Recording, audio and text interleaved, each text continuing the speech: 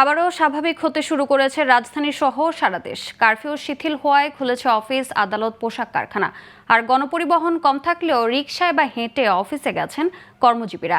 তবে অধিকাংশ নগরবাসী যানজটের ভোগান্তিতে পড়েন। দিনভর তেজগাঁ, বাড্ডা, গুলশান, ফার্মগেট, কারওয়ানবাজার সহ বিভিন্ন এলাকায় দেখা যায় তীব্র যানজট। বিস্তারিত জানাচ্ছেন আঞ্জাম খালেক। রাজধানীর সড়কে আবারও গাড়ির হর্ন, বিভিন্ন যানবাহনের দীর্ঘ লাইন। ৩-৪ দিন পর সুযোগ পেয়ে ঘরের বাইরে বেরিয়েছেন অনেকে, তাই ঢাকা ফিরেছে যানজটের চিরচেনা চেহারাই। বুধবার দিনভর তীব্র যানজট দেখা যায় তেজগাঁও, উত্তরা, ফার্মগেট সহ অনেক এলাকায়। তবে গণপরিবহন সংখ্যা কম থাকায় বিভিন্ন যানে বা পায়ে হেঁটে অফিসে যাওয়া আসা করেন কর্মজীবীরা। ৩ দিন সাধারণ ছুটি আর অস্থির আবহ কাটিয়ে স্বাভাবিক হতে শুরু করেছে কর্মপরিবেশ। বিকাল ৫টা পর্যন্ত কারফিউ, ৫টার পর কারফিউ শুরু হবে আবার, যার কারণে সবাই নিত্য প্রয়োজনে এবং অফিস আজ থেকে খোলার কারণে আজকে যানজট একটু বেশি।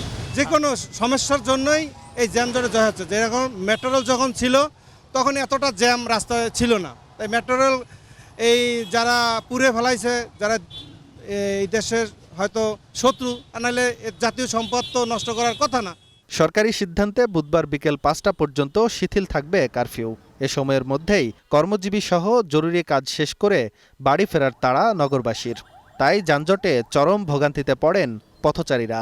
আজকে অনেকদিন পরে অফিসে আসতে পারছি, এই জন্য অনেক ভালো লাগতেছে।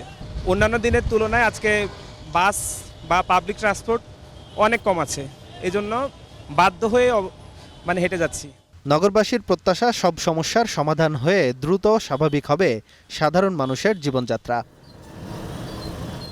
আঞ্জাম খালেক, গ্লোবাল টেলিভিশন, ঢাকা।